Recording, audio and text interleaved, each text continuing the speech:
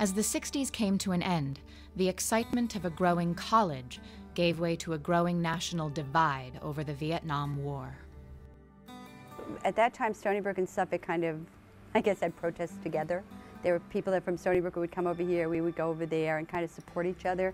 And I think what happened was, because it was one of the very first televised wars, you had this sense of every night being hit in the face with death. And so what happened was, when you were here, it was a safe haven. It was a much calmer place than what you had to go home and look at.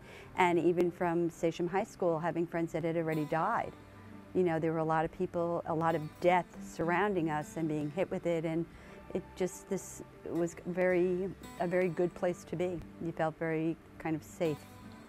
This campus became embroiled in a lot of controversy. A lot of people felt that it was time to stand up and take a stand against what was happening in Vietnam, and that we had to get out. And it was you know, a memory of something we were not used to dealing with.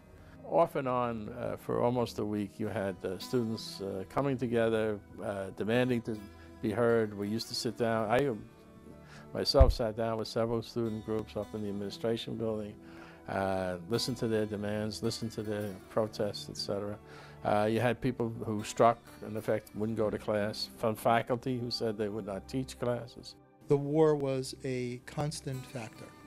I would go into my day classes, and it was hard to pass a week without some discussion of Vietnam erupting, either from the students' perspective or from my own perspective. There was a student demonstration here, and one of the things that they did was to drive all their cars onto Red Square and honk their horns. And I remember being in a, what shall we call it, negotiation session with the student personnel people and the student leaders about, you know, can't we get you to at least stop honking your horns? The students were split. They were split among those who you know, were against the war and those who were for it. But in the evening courses, it was a little different. The adults were mostly for the government.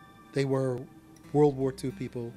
They had been brought up on the premise that America was always right, and we had fought the good fight. And I wasn't unsympathetic to that view, by the way. I mean, I sympathized with that view because in many ways it was my own. But what I found was how angry those adults were at the students. And it was like going during the day, and they were teaching the children, and then going in at night and teaching the parents. And the split was horrendous.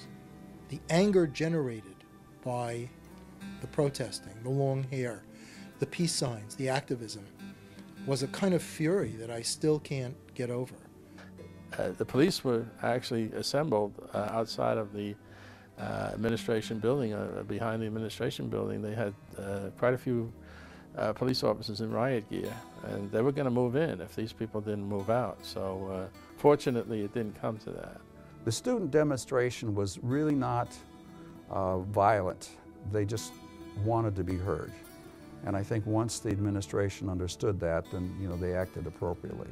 I finally said, we'll take Friday afternoon off, 12 o'clock on. Everybody get in the Red Square. I'll be there. I'll control the microphone.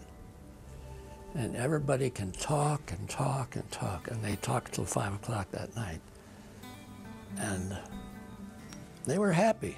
They'd said their piece, stop the war in Vietnam. They kept telling me that. I said, I can't stop the war in Vietnam.